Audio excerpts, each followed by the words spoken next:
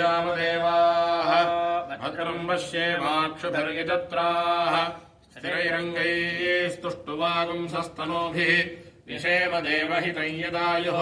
स्वस्ति न इन्द्रो वृद्धश्रवाः स्वस्ति नः पूषा विश्ववेदाः स्वस्ति नस्तार्क्ष्यो अरिष्ठनेमिः स्वस्ति नो बृहस्पतिर्दधातु ॐ शान्तिः शान्तिः शान्तिः ॐ लं नमस्ते गणपतये त्वमेव प्रत्यक्षं तत्त्वमसि त्वमेव केवलं कर्तासि त्वमेव केवलं धर्तासि त्वमेव केवलं हर्तासि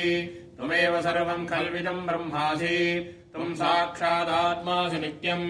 ततं वच्मि सत्यं वच्मि अवत्वं माम् अववक्तारम् अवश्रोतारम् अवधातारम् अवधातारम् अवानोचारमवशिष्यम् अवपुरस्तात् अवदक्षिणात्तात् अवपश्चात्तात्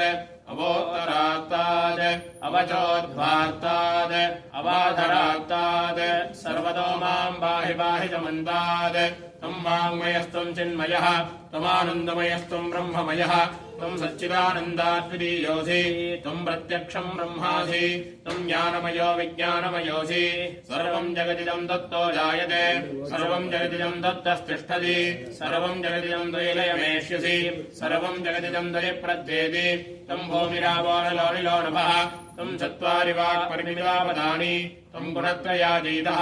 त्वं देहत्रयातीतः त्वं कालत्रयातीतः त्वं मूलाधारे स्थितोऽसि नित्यम् त्वं शक्तित्रयात्मकः त्वां योगिनो ध्यायन्ति नित्यम् त्वं ब्रह्मा त्वं विष्णुस्त्वं रुद्रस्त्वमिन्द्रस्त्वमग्निस्त्वं वायुस्त्वं सूर्यस्त्वं चन्द्रमास्त्वं ब्रह्मभूर्भुवस्वरो गणादीन् पूर्वमुच्चार्य वर्णादीन् तदनन्तरम् अनुस्वारः परतरः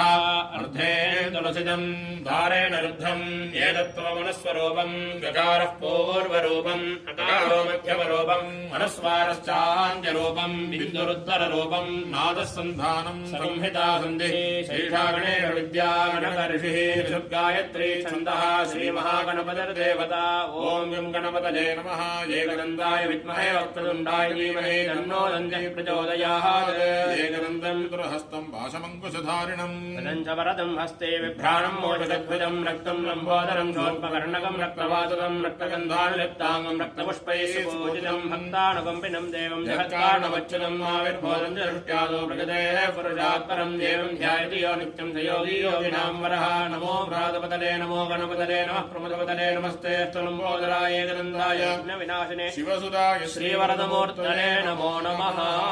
भद्रं दधातु ॐ शान्तिः शान्तिः शान्तिः आभिर्गेर्भिरेततो नवो नमाप्याय हरिवो वर्धमानः